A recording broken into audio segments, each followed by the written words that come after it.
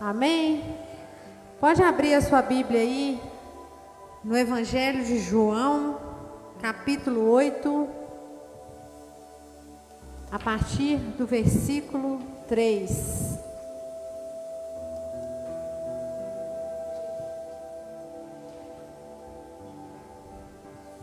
João 8, a partir do versículo 3.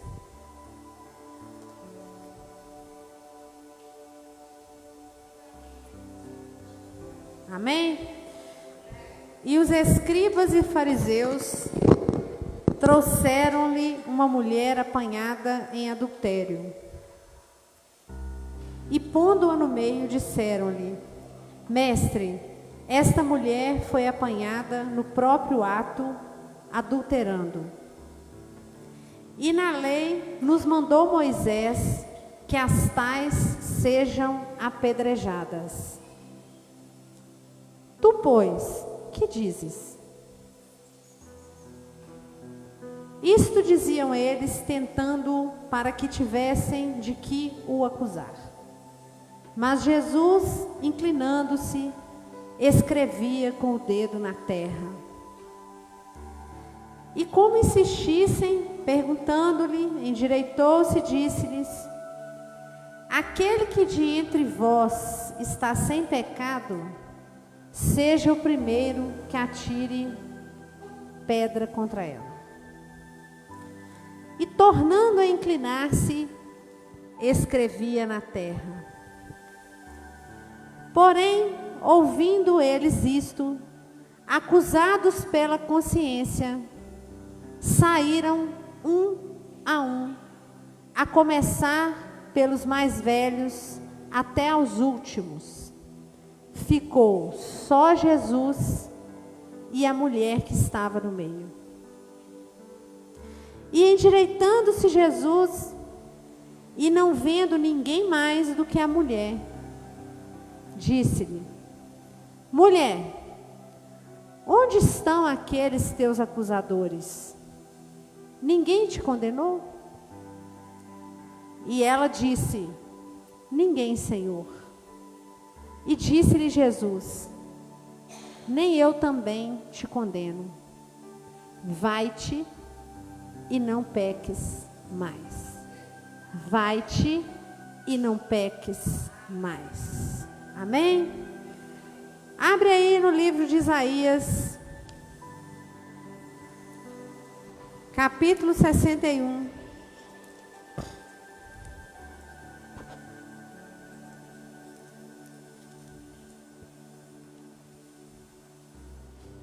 Versículo 1.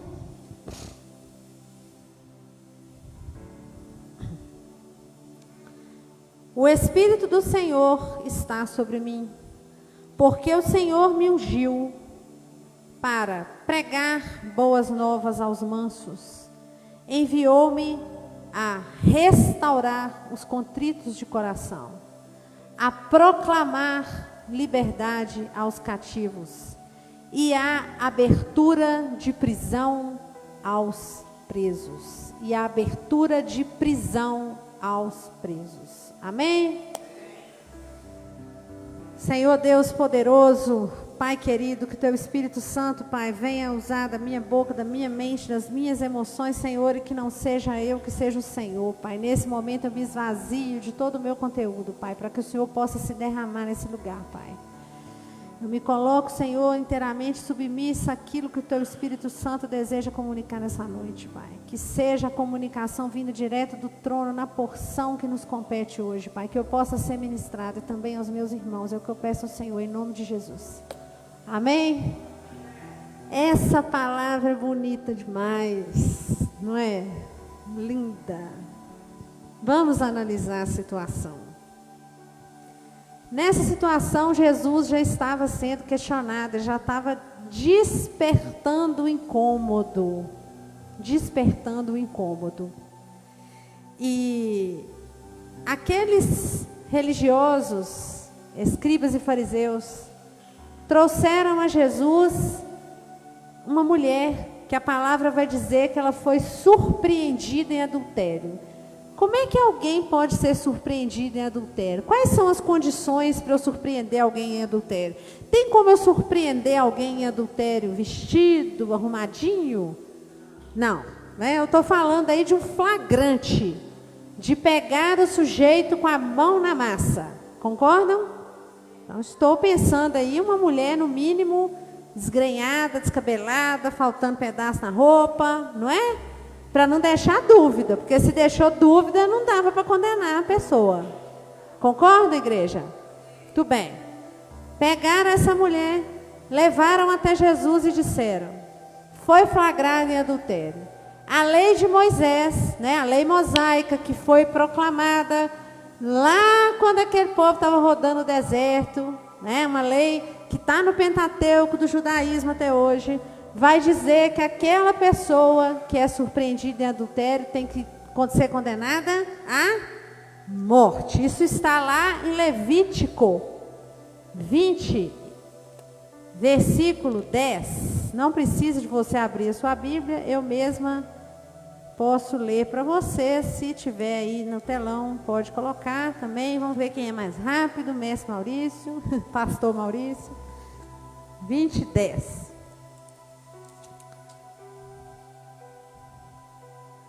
E também o homem que adulterar com a mulher de outro, havendo adulterado com a mulher do seu próximo, certamente morrerá. Quem?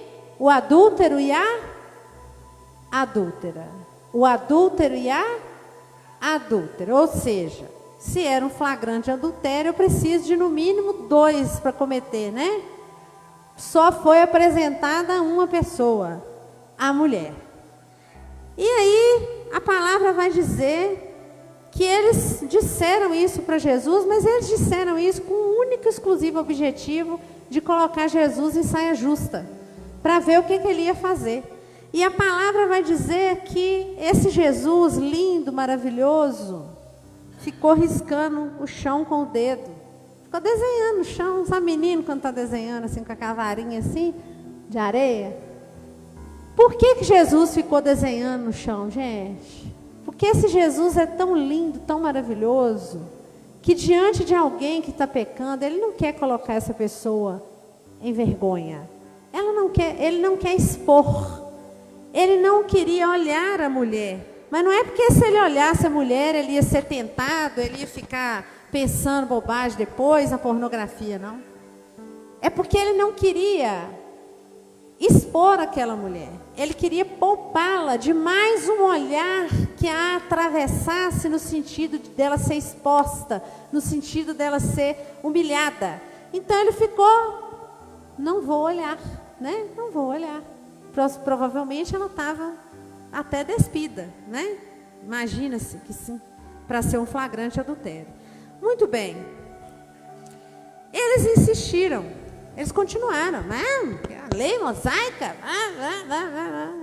E ele vira e fala: aquele que nunca pecou, que atire a primeira pedra. E aí a palavra vai falar que ele continuou riscando o chão, na atitude típica do Espírito Santo.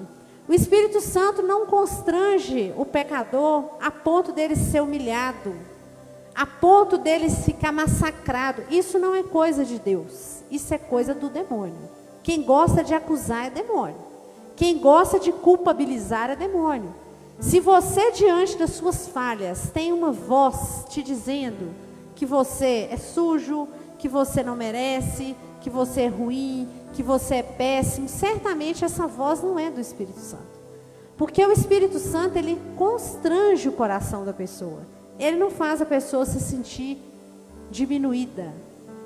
Ele faz com que nós tenhamos vergonha diante de Deus. Ele faz com que a gente enxergue um Deus tão maravilhoso que a gente dá um passo para trás e fala assim: eu não estou acreditando que eu fiz isso. Isso é o constrangimento, isso é o coração contrito. E aí, a palavra vai dizer que primeiro os mais velhos, e aí, já dizendo que aquele que é sábio é o primeiro a retirar a acusação. Que os mais velhos foram saindo até que não restou mais ninguém. E aí Jesus vai e dirige a palavra à mulher. Aí ele endireita, se a palavra vai falar que ele se endireitou, ou seja, ele estava curvado, ele se endireita e fala para ela: mulher, onde estão os seus acusadores? Foram todos embora? Ninguém te condenou? E aí? Aí ela fala simplesmente assim: ninguém, Senhor. E ele responde: nem eu te condeno.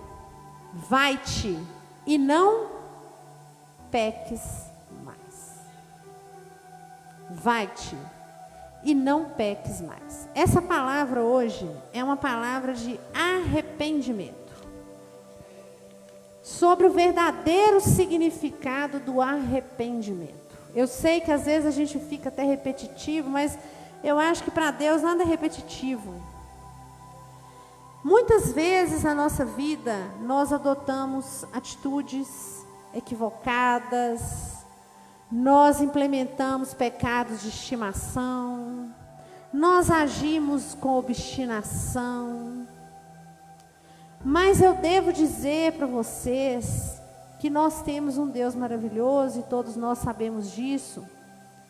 E nós temos um Jesus que foi anunciado pelo profeta Isaías cerca de 500 anos antes dele nascer.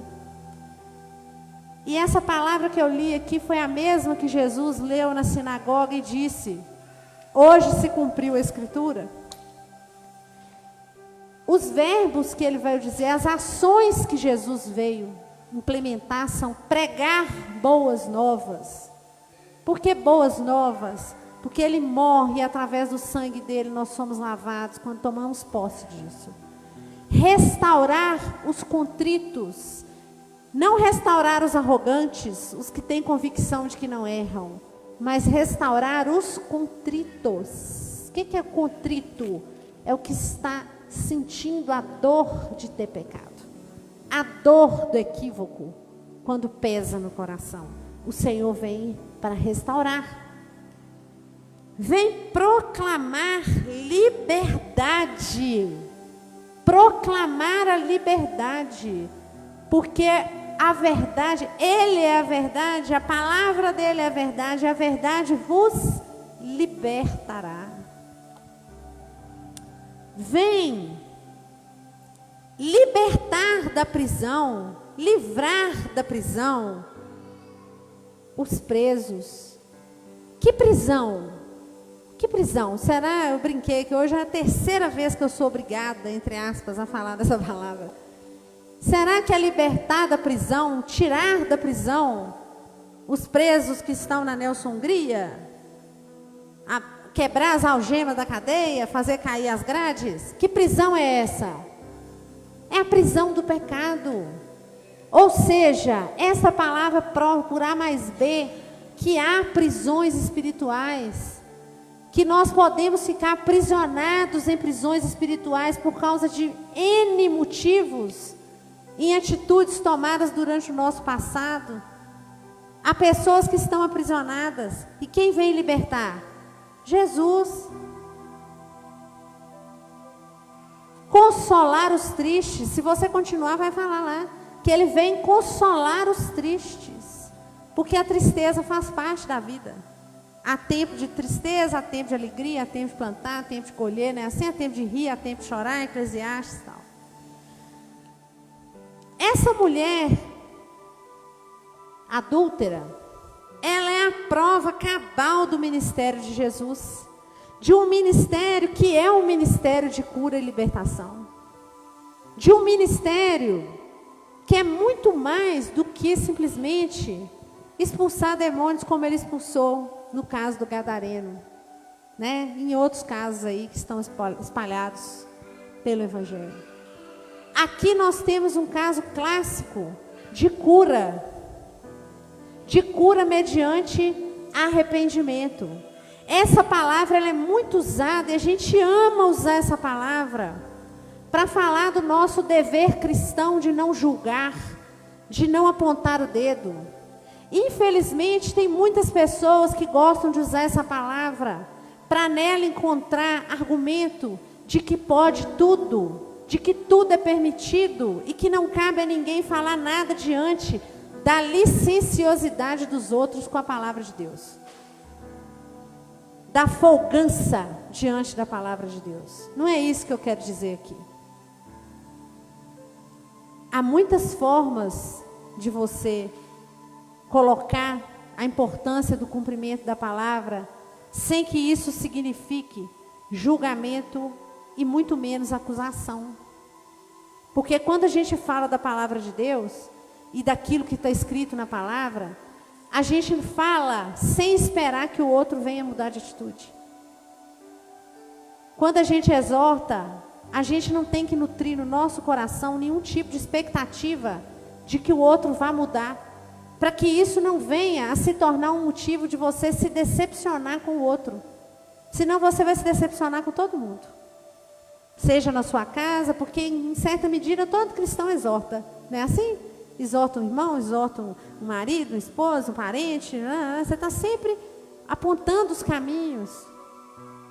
Esse Jesus é um Jesus que está aqui, não para te acusar, mas para te constranger. Sabe como que esse Jesus te constrange? Pelo amor dele. Dificilmente você vai ver uma pessoa ser capaz de se arrepender do que faz, sem que ela tenha experimentado o amor de Deus. Sem experimentar o amor de Deus, é impossível você se arrepender. Você pode ter remorso, olhar para o caminho de destruição que você possa ter plantado na sua vida, porque para ver resultado de destruição, a gente não tem que ser muito inteligente. Basta a gente dar uma olhadinha, que a gente já vê aquele rastro de destruição. Eu posso ver o rastro de destruição e concluir tranquilamente que as minhas escolhas, elas foram totalmente equivocadas. E para isso eu não preciso ter o menor compromisso com o Evangelho. Porque é muito fácil você identificar que você tomou a decisão errada. Qualquer psicólogo aí te explica isso. Você não precisa da Bíblia para te mostrar isso. Você olha, errei aqui, escolhi errado ali, isso aqui foi péssimo, isso aqui foi horrível, minha vida não construí nada, eu não tenho uma família, eu não tenho uma vida profissional, minha vida financeira está um lixo, está tudo uma destruição. E a psicologia vai te dar várias razões para você ter escolhido errado, e falar que você pode se refazer, que nunca é tarde para recomeçar, e todo tipo de frase motivacional que você tiver. Esta pessoa, ela está agindo na base do remorso e da racionalidade dela. Sabe aquela frase? Se você não mudar os meios que você usa, você nunca vai mudar o resultado que você alcança. Quantas vezes você já escutou isso? Se você não mudar o jeito de você fazer, você sempre vai chegar no mesmo lugar. Isso é típico. Frase de autoajuda. Isso não tem nada de espiritual. Aliás, está cheio de gente aí dando autoajuda sem uma palavra de Bíblia e não vai curar ninguém e não vai ser usado para libertar ninguém, porque de livro de aeroporto de autoajuda e frasezinha bonitinha, tá assim, ó. Né? É só gravar um videozinho lá no Instagram, falando 1 minuto, porque a pessoa não tem paciência de assistir mais de 1 minuto, não é? Com menos de 1 minuto já está mudando para não chegar no final. E solta lá uma bela frase. Nunca é tarde para escolher, né? Ficar aqui fazendo altas performances pirotécnicas, né? Só que a coisa é muito mais complicada. O se arrepender não é você olhar para as consequências do que você fez e ter dificuldade para escolher a partir daí o mesmo caminho. Porque você vê que a consequência está toda errada e você fala, agora eu tenho que pegar um caminho novo. Isso não é arrepender. Isso pode ser inteligente, isso pode ser ter inteligência emocional, isso pode ser ter remorso. Judas, quando viu, né, que ele conseguiu armar lá com a confusão de querer moeda, Jesus, dar beijo e tal, viu os amigos dele tudo virando as costas para ele. Imagina, na confusão, traidor, imagina. Ele viu que ele tinha feito algo muito errado, e é lógico que ele ia se arrepender. Se nós formos usar uma linguagem aqui dentro do tema, né? Adultério. Qualquer homem que adultera e é surpreendido pela esposa, ele vai ter remorso. Por quê? Porque ele vai ter que partilhar, ele vai ter que pagar pensão, ele vai ter que dividir guarda, ele vai ter que lidar com visita, ele vai ter uma série de coisas que, independentemente da posição espiritual dele, ele já tem remorso, ele está exposto. Ou ele gosta da mulher mesmo e, né? Que a carne milita com o espírito milita contra a carne e tal, aquela coisa toda, Gálatas, beleza. Remorso. É muito difícil você ver um pecador arrependido de verdade porque ele ofendeu o coração de Deus. 90% dos arrependimentos são pautados em remorso, em oportunismo, de falar assim, eu vou arrepender porque aí minha vida vai ficar belezinha, vai ficar tudo bem, o Senhor não vai brigar comigo, eu vou dar um jeito aqui. Só que esse tipo de postura não sustenta você e não me sustenta diante da necessidade de mudar o rumo da nossa vida. Isso não sustenta a nossa caminhada. Chega um momento em que na balança o remorso começa a pesar menos e a carne começa a falar mais alto e de repente a sua memória começa a não estar tão fresca assim mais e aí você anda para um caminho que não é legal. Arrepender-se parte do pressuposto de conhecer a palavra, obviamente, porque senão você não vai saber nem que você pecou e nem que você está na iniquidade. Passo básico, conhecer a palavra. Conhecer, mas não é de ouvir falar, é de conhecer, de ler, de ouvir a palavra. Mas necessariamente, você só vai se arrepender no dia em que você entender o tamanho do amor de Deus por você. No dia em que você e eu conseguirmos alcançar o cuidado de Deus na sua vida e na minha vida. O quanto Ele foi presente na sua vida e na minha vida, nos momentos em que você, inclusive, estava pintando, bordando e rabiscando. Igual eu gosto de falar, igual porquinho na enxurrada. No dia em que você sentir esse amor, e você entender que qualquer renúncia que você faça é muito pouco perto do tamanho desse amor, você vai conseguir ser um cara ou uma cara arrependida de verdade. Aí você está arrependido. Sem compreender o tamanho deste amor, você nunca vai se arrepender. Você vai agir com remorso, você pode ser disciplinado, mas arrependimento genuíno, ele depende de uma palavra agindo no seu coração, do Espírito Santo te mostrar e te colocar com o coração contrito, que é o coração em que ele age, é um coração contrito. Se não tem coração contrito, tem tudo menos arrependimento. Esse Jesus aqui, se coloquem neste lugar. Você já foi acusado de alguma coisa na sua vida? Pensa, todo mundo já foi acusado de alguma coisa. Pensa você ser acusado. Você ser basicamente, praticamente morto. A pedrada. E de repente vem um sujeito que estava andando num território, adoro falar isso, menor do que o de Minas, com as multidões andando atrás dele. E o sujeito te tratar com dignidade, a ponto de não levantar o olhar para não te constranger. Usar de duas frases para esparrodar todo qualquer acusador.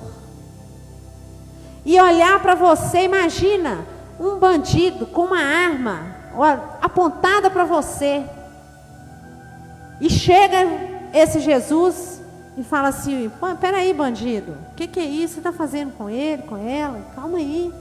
E esse bandido cai fora. E esse Jesus fala para você assim: se ele não atirou em você, eu também não vou atirar não. Só tem uma coisa que ele falou: vai-te e não peques mais. Vamos nos colocar no lugar dessa mulher. Vocês acham que essa mulher, depois de um tratamento de amor desse, de dignidade desse, de cuidado desse, ela teria cara de cair em adultério outra vez? Será que ela ia ter a cara? Imagina que esses apedrejadores aqui, algum fala assim: quer saber? Hoje é sábado, nós não podemos apedrejar ninguém. Pode ir embora. Ela ia cair no pecado de novo. Mas eu tenho certeza que essa mulher, se ela alguma vez se viu diante da oportunidade de pecado, ela lembrou da cara desse Jesus que não olhou para ela para constrangê-la, mas que a salvou da morte, sem acusar. E a única coisa que ele pediu: vai-te e não peques mais. Esse Jesus aqui não colocou demônio para correr, não repreendeu o demônio, não fez ninguém andar. Aqui não tem paralítico levantando, não tem mudo falando, não tem surdo escutando, não tem cego vendo, mas tem um milagre acontecendo. Porque um pecador, quando ele se arrepende, um milagre acontece. Um milagre acontece. Nós somos muitas vezes, a minha geração principalmente, e uma antes de mim, educados para enxergar um Deus juiz. E Ele é juiz. Ele é juiz. Tenham certeza disso, porque o temor do Senhor é a fonte de toda sabedoria. Se você se comportar de forma rebelde, você vai achar um juiz. Não tem água de piscina de batismo que resolva rebeldia. Precisa de endireitamento. Mas o inimigo é tão sujo que ele incute um Deus punidor, implacável, que não te perdoa, que está te acusando, que está levantando o dedo para você. Ou então ele vem com um discursinho da graça, de que tudo você pode, porque o perdão de Deus é isso, aquilo, aquele outro. Isso é mentira. Isso é uma grande mentira. O Senhor nos dá graça, não é para nos dar licenciosidade. O que é essa licenciosidade? Que palavra é essa? Licenciosidade é: deixa o pau cantar, em bom português. Jesus, Ele não veio para te dar libertinagem. Ele veio para te dar liberdade. E isso é lá em Isaías que está falando. Ele veio para arrebentar as correntes. Ele veio para libertar os que estão presos nas prisões espirituais. Mas ele precisa de uma coisa para que isso aconteça: arrependimento. Todo pecador obstinado é alguém que não enxergou o amor e o cuidado de Deus. Ou seja, é um grande ingrato. É um grande ingrato.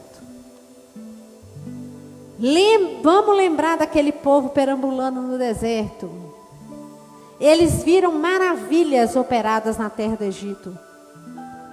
E não tinha nem virado as costas, mal tinha chegado ao deserto, já começou a murmuração, obstinação, desobediência, porque eram ingratos.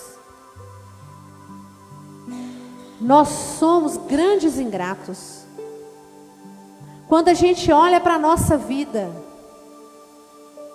e fala com o Senhor, está faltando isso, está faltando aquilo, eu queria aquilo, eu acho isso, eu aquilo, eu.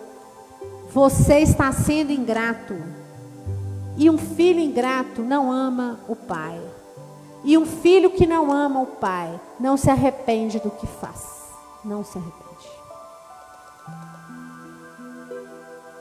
Preste atenção na sua vida e nas coisas que você tem a agradecer a esse pai que cuida de você e que cuida de mim. Nós temos uma dádiva tão grande de servir a Deus. Sabe qual que é a maior delas? Na minha opinião, entre várias, mas a maior. Você pode estar arrasado, você pode estar destruído, você pode estar destroçado, você pode estar esmigalhado, torcido, esmagado. Que quando você lembra que você tem esse Deus, você se levanta da cadeira, porque é Ele que te levanta. Gente, isso não tem preço. Só quem já teve uma depressão para tomar remédio, ficar numa cama, é que sente isso que eu estou falando. Você sentir que Deus vai lá e que Ele vai te dar um safanão santo e vai falar: levanta, levanta, porque sou eu que te sustento. E você levanta e Ele te sustenta mesmo. Isso não tem preço. Isso não tem preço. Você saber que é igual, eu não sei se eu falei isso, eu estou ficando repetitiva porque eu vou esquecendo onde é que eu falei o quê. A idade. Aí, você pensar, que eu brinco muito com isso, que quando você chega num lugar, antes de você pisar lá, já entrou um leão rugindo antes? Não tem preço, tem? O que eu posso fazer para agradar a Deus? O que é a minha renúnciazinha básica, né, a um sexo casual? O que é a minha renúnciazinha básica à minha biritinha? É nada. É nada. O que é a minha renúnciazinha básica de ficar caladinho, sem dar retruco no meu irmão? Isso não é nada. Isso não é nada. Isso não é nada. A gente tem que se sentir como essa mulher adúltera, que olha para esse Jesus lindo, maravilhoso, que capta este amor e diante do pecado que vai bater na sua porta, como bate na minha, porque a carne está aí. E quanto mais você negar que você tem carne, mais forte ela vai ficando. E a hora que essa carne vier bater, você lembra e fala: não, não, eu tenho um pai, eu sei quem eu sou. E isso é arrependimento. Este é o arrependimento. Este é o milagre que esta palavra usa 12 versículos para descrever. Constrangimento diante de um grande amor. Por isso é que eu amo aquele louvor que vocês já conhecem, né? Que o Senhor, o fogo dos teus olhos, acabou com todos os outros amores. Ele é o nosso amor. Ele, a gente tem que ser apaixonado por Ele, apaixonada por Ele. A gente tem que ser louco com Ele. A gente tem que dar nossa vida por Ele. A gente tem que renunciar a gente por causa dEle. A gente tem que esquecer de tudo e meter a cara no reino e fazer o que Ele está pedindo e pronto, e acabou. É Ele que pediu, é Ele que está mandando, eu vou fazer. Como é que vai ficar? Não sei. Se eu vou aguentar? Não sei, mas eu sei que Ele vai me dar graça. Então pensem nisso. Se você não consegue captar esse amor desse Jesus, sentir esse amor, eu não vou dizer para você que você é um extraterrestre. Porque eu vou dizer para você que muita gente que se diz cristão, ou que quer ser, muita gente nunca sentiu esse amor. Mas o primeiro passo para você sentir é falar com ele que você nunca sentiu. É dizer para ele: Pai, eu nunca senti esse amor. Eu preciso sentir esse amor. Me ensina, me dá a graça de sentir esse amor. Eu nunca tive um amor na minha vida. Eu nunca me senti amado ou amada. Eu não sei o que é ser amado. E não adianta vir com a historinha, é porque eu tenho um pai, tive mãe. Tem muito pai e mãe que nunca te deu amor. E tudo bem, vida que segue. Tem muito esposo que não dá amor para a esposa, esposa que não dá amor para filho, que não dá amor para a mãe que não dá, mãe que não ama filho. Uma coisa inédita acontece. A gente tem que assumir a nossa carência. Nós somos carentes, gente. Não vem com esse discurso da autossuficiência para o meu lado, não. Nós somos carentes. Ser humano nenhum vai suprir essa carência. Nós temos que chegar para Deus e falar: Senhor, eu sou carente pra caramba. Me ajuda. Porque a sua graça tem que me bastar. Me ensina o que é amor. Porque eu não sei. Eu nunca fui amado, eu nunca fui amada, eu nunca amei ninguém. Pensa se você já amou alguém.